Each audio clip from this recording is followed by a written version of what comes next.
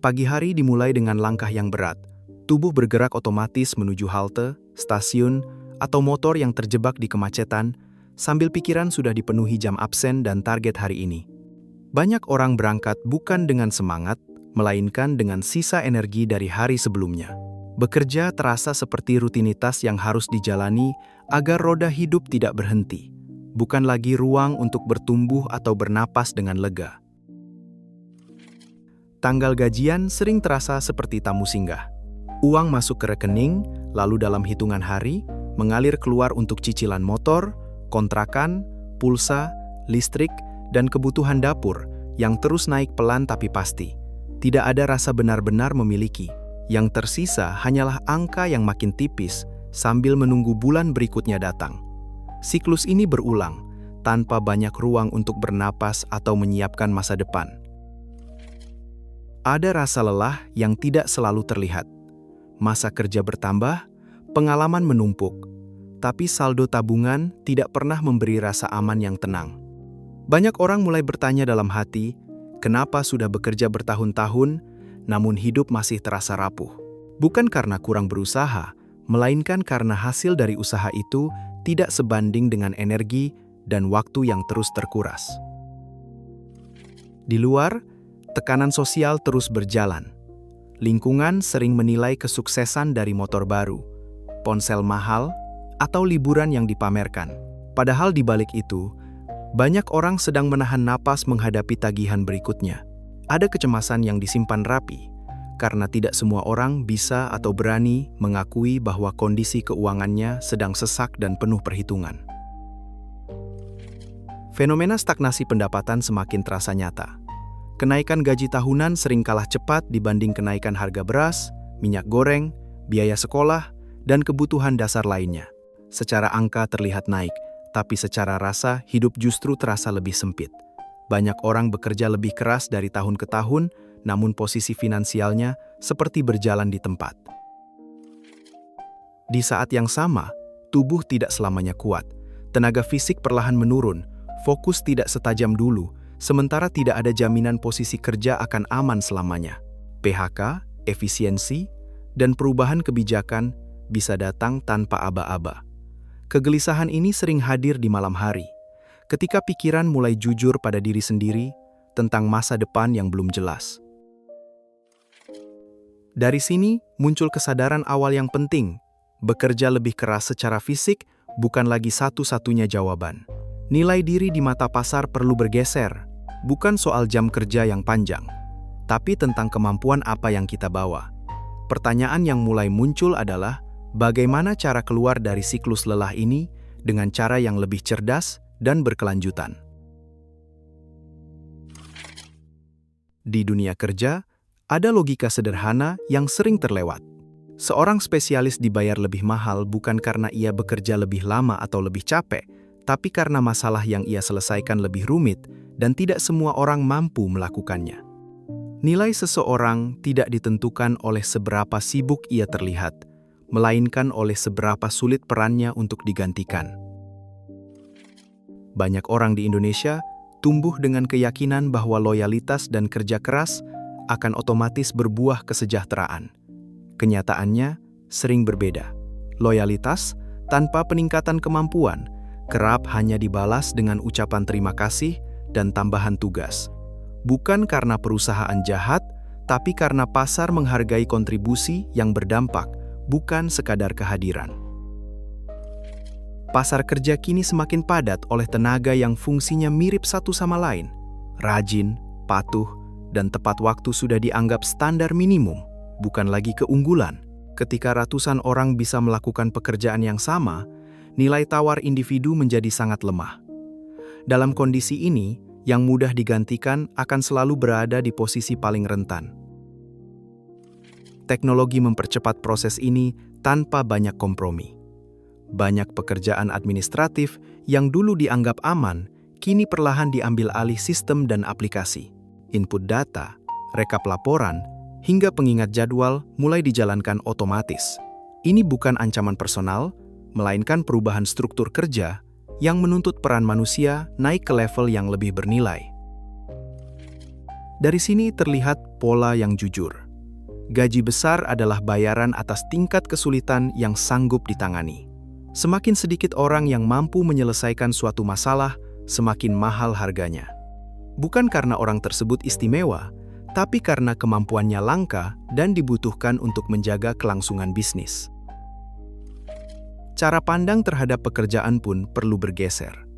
Pekerjaan bukan lagi sekadar pengabdian buta atau rutinitas harian, melainkan pertukaran nilai. Kita menawarkan solusi, perusahaan memberikan kompensasi.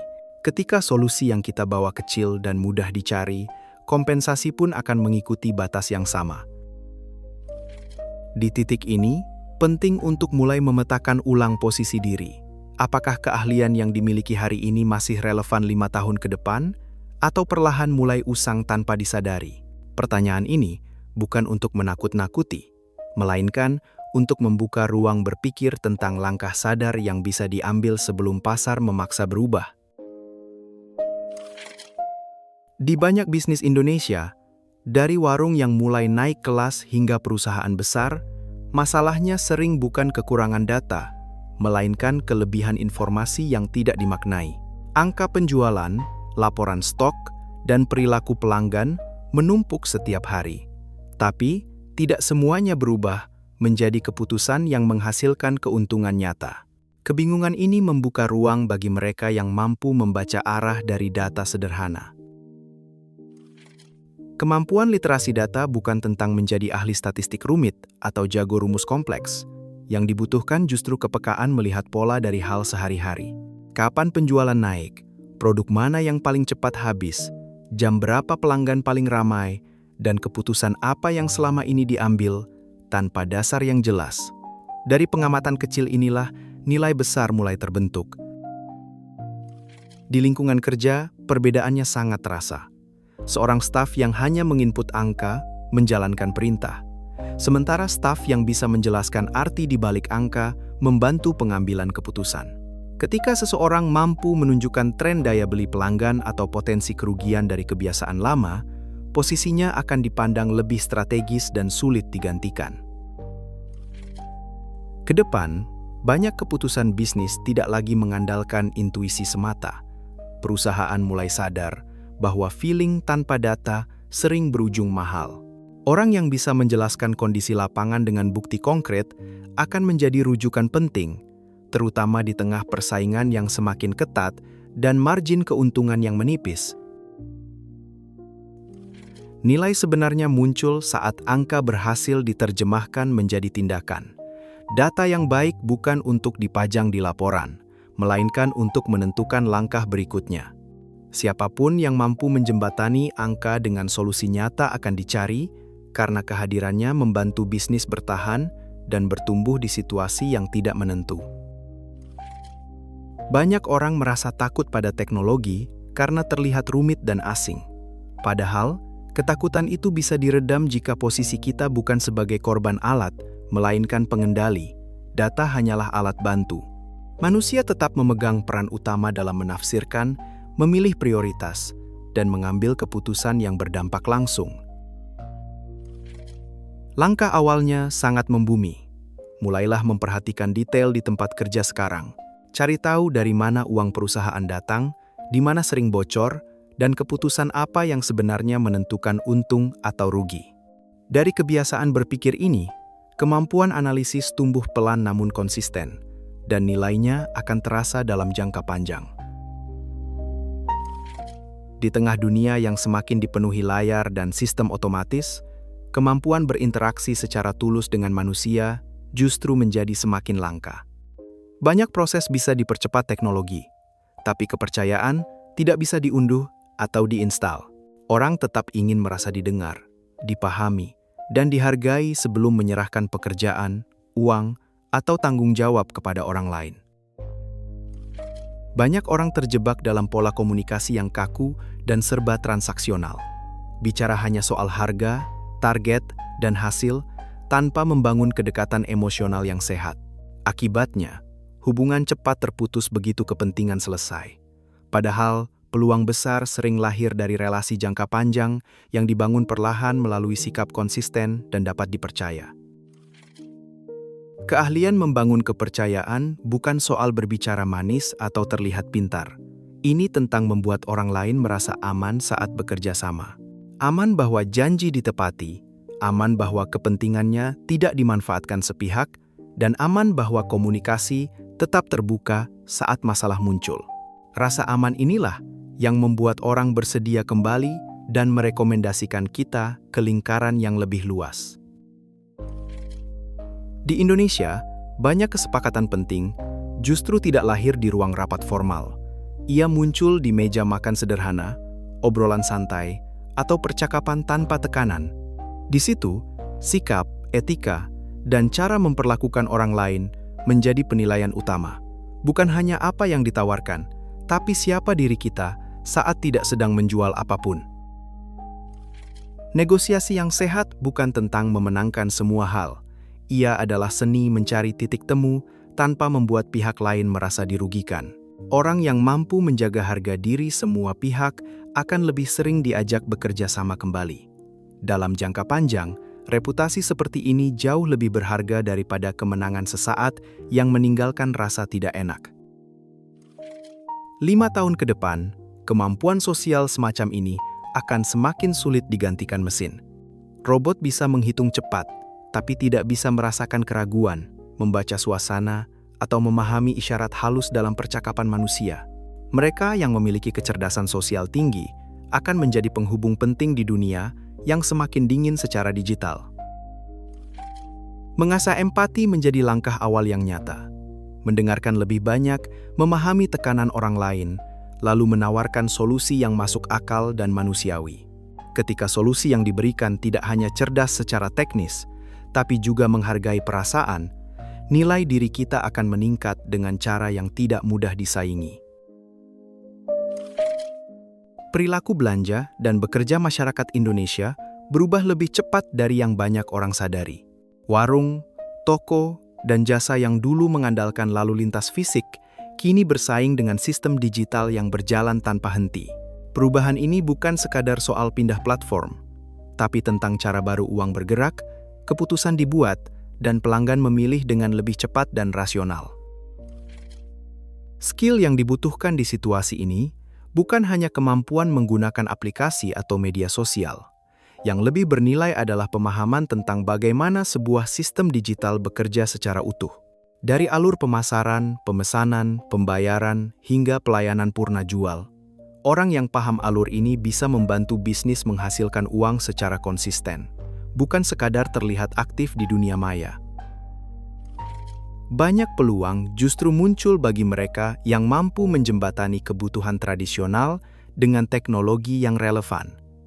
Tidak semua pelaku usaha paham bahasa digital, dan tidak semua sistem digital memahami realita lapangan. Disinilah peran manusia menjadi penting, menerjemahkan kebutuhan nyata ke dalam solusi yang lebih efisien dan terukur. Realita pahitnya, banyak usaha lokal tumbang bukan karena produknya buruk atau pelanggannya hilang. Masalahnya sering terletak pada kegagalan beradaptasi dengan cara kerja baru. Stok tidak terpantau, promosi tidak tepat sasaran, dan proses terlalu lambat. Mereka yang mampu memperbaiki ini akan langsung terlihat nilainya di mata pemilik usaha. Pemahaman tentang otomasi sederhana menjadi aset yang sangat berharga. Mengatur sistem agar pekerjaan rutin berjalan otomatis menghemat waktu, tenaga, dan biaya. Ketika seseorang mampu membuat proses lebih ringkas tanpa mengorbankan kualitas, posisinya akan semakin krusial karena langsung berdampak pada efisiensi dan keuntungan. Adaptasi teknologi bukan berarti mengejar semua tren yang muncul setiap bulan. Yang dibutuhkan adalah ketenangan dalam memilih alat yang benar-benar relevan dengan masalah yang dihadapi. Fokus pada fungsi, bukan gengsi. Teknologi hanyalah sarana, bukan tujuan, dan nilainya ditentukan oleh seberapa besar ia menyelesaikan masalah nyata. Kesadaran penting di bagian ini adalah bahwa belajar teknologi baru merupakan investasi leher ke atas yang paling masuk akal. Di tengah ketidakpastian ekonomi global, kemampuan memahami dan mengelola sistem digital memberi fleksibilitas yang besar, bukan untuk pamer, tapi untuk menjaga posisi tetap bernilai di dunia kerja yang terus berubah. tekanan ekonomi membuat banyak pemilik usaha dan perusahaan di Indonesia menjadi jauh lebih sensitif terhadap pemborosan. Waktu yang terbuang, proses yang berulang, dan tenaga yang tidak terarah, kini langsung terasa dampaknya pada arus kas. Dalam situasi seperti ini, orang yang mampu melihat ketidakefisienan kecil akan memiliki peran yang semakin penting. Manajemen operasional bukan tentang jabatan tinggi atau teori rumit. Ini adalah kemampuan mengatur alur kerja agar lebih rapi, cepat, dan hemat tanpa menurunkan kualitas hasil. Ketika satu proses bisa dipersingkat atau disederhanakan, efeknya bisa menjalar ke seluruh tim dan menurunkan biaya secara signifikan. Banyak orang mampu bekerja keras, tapi tidak semua mampu mengatur bagaimana pekerjaan seharusnya berjalan. Akibatnya, energi habis untuk memadamkan masalah yang sebenarnya bisa dicegah. Orang yang berpikir sistematis akan terlihat berbeda, karena ia fokus pada akar persoalan, bukan sekadar sibuk merespons kekacauan. Dalam banyak kasus, peran manajer operasional yang teliti menjadi penentu hidup mati sebuah bisnis. Dengan memperbaiki alur komunikasi, pembagian tugas, dan standar kerja, kerugian bisa ditekan tanpa harus memangkas banyak orang. Nilai dari peran ini sering tidak terlihat di awal, tapi dampaknya sangat terasa dalam jangka panjang. Di masa depan, mereka yang mampu melihat kebocoran halus dalam organisasi akan mendapatkan kepercayaan lebih besar. Kebocoran waktu, biaya kecil yang berulang, atau kesalahan prosedur yang dianggap biasa. Ketika seseorang bisa menunjukkan cara menutup celah ini, wewenang dan kompensasi biasanya mengikuti secara alami. Keteraturan dalam berpikir dan bertindak menciptakan ketenangan di lingkungan kerja. Tim menjadi lebih fokus, konflik berkurang, dan tujuan lebih mudah dicapai. Di tengah budaya kerja yang sering serba mendadak dan kacau, ketenangan seperti ini menjadi nilai yang sangat dicari oleh banyak perusahaan.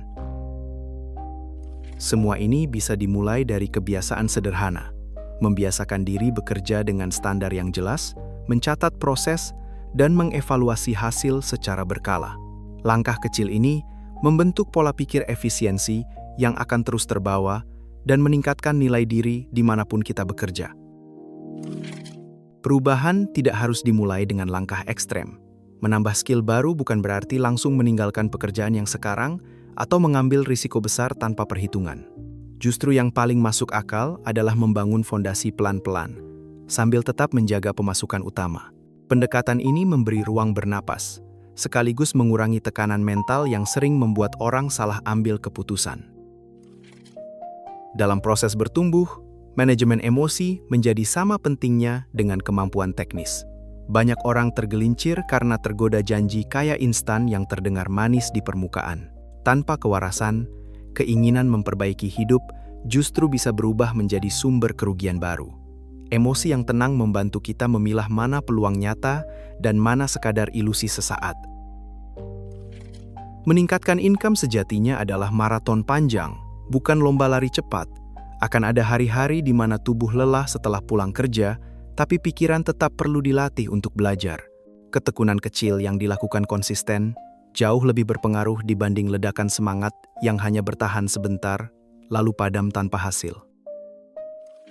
Rasa aman finansial yang sesungguhnya tidak hanya datang dari angka di slip gaji.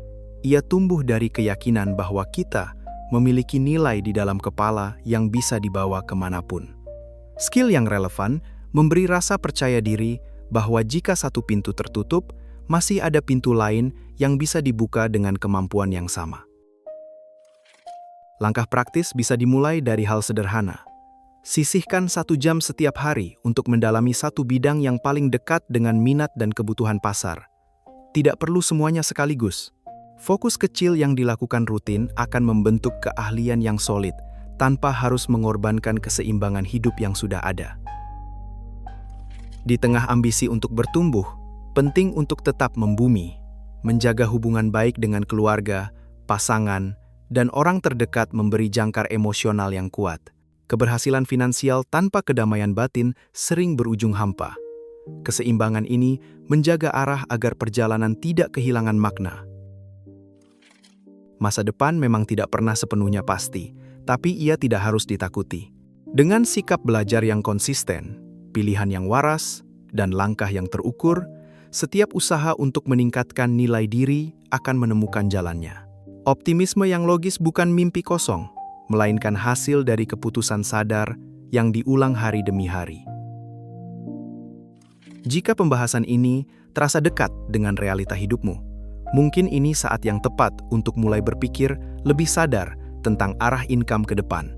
Channel Income Cerdas tidak menawarkan jalan pintas, tapi ruang untuk memahami cara kerja uang, skill, dan keputusan hidup dengan kepala dingin. Luangkan waktu untuk mengikuti, merenung, dan mengambil langkah kecil yang lebih cerdas, karena perubahan besar sering lahir dari pemahaman yang tenang dan konsisten.